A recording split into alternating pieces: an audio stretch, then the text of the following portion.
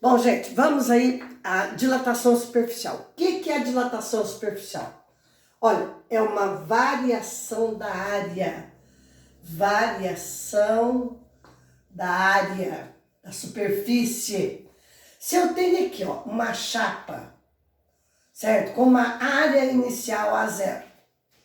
Está uma temperatura inicial T0, certo? Aumentando a temperatura, esta chapa vai aumentar.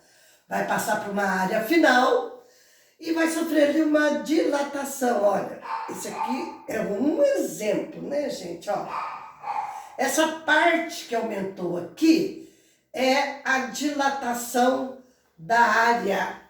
Houve uma variação da área, certinho? Importante vocês observarem isso aí. Bom, na dilatação superficial, há um aumento em duas dimensões. Ó, o comprimento e a altura. Tá certo? Então, ó, duas dilatações, há duas dimensões lineares. Lineares, certo?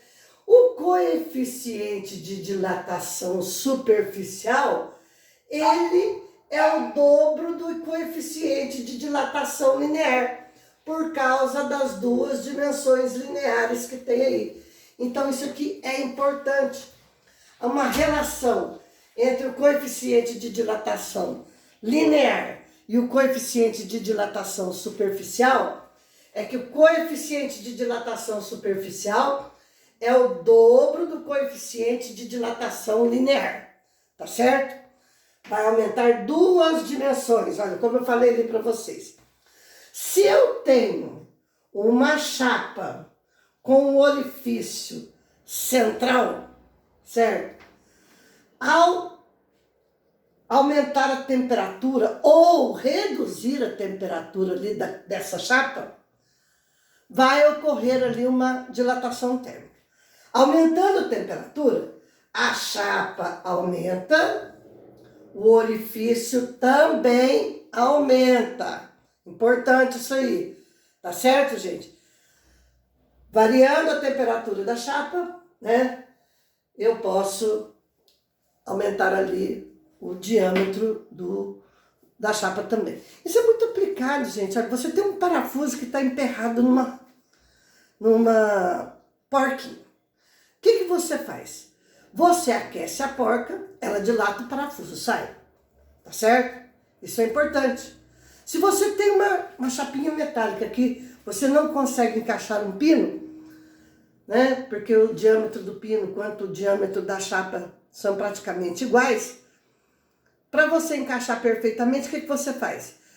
Dilata a chapinha, aquece a chapinha, ela dilata, o pino se encaixa perfeitamente.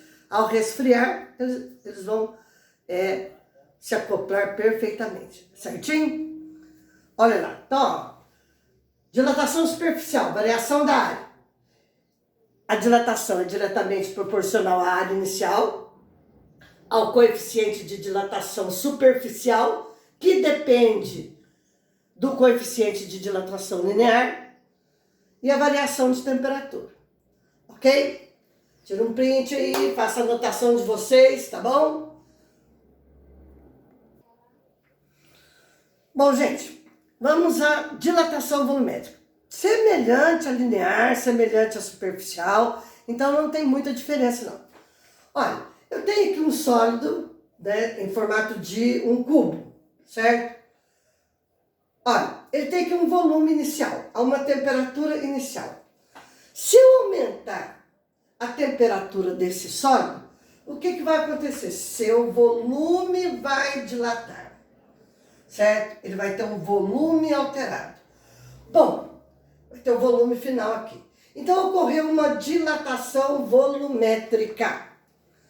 Bom, gente, a dilatação volumétrica depende do volume inicial, depende do coeficiente de dilatação volumétrico e da variação de temperatura. A relação aqui é a seguinte: o coeficiente de dilatação volumétrico, ele é 3 vezes o coeficiente de dilatação linear. Por quê? Na dilatação volumétrica, há um aumento de 3 dimensões. Comprimento, altura e largura, certo? Então, um sólido, quando ele é aquecido, ele aumenta a sua capacidade, ele aumenta o seu volume. Vocês viram que são bem semelhantes essa dilatação, né? Só depende do quê? Do coeficiente de dilatação, da variação de temperatura e do comprimento inicial, volume inicial, área inicial. Beijo, fiquem com Deus. Vamos estudar, vamos fazer as atividades. Não esqueçam de postar rapidinho. Não vamos atrasar as atividades, tá bom, gente? Fiquem com Deus, um abraço para vocês. Não entendeu? Volta o vídeo de novo, tá certo? Vamos fazer direitinho aí.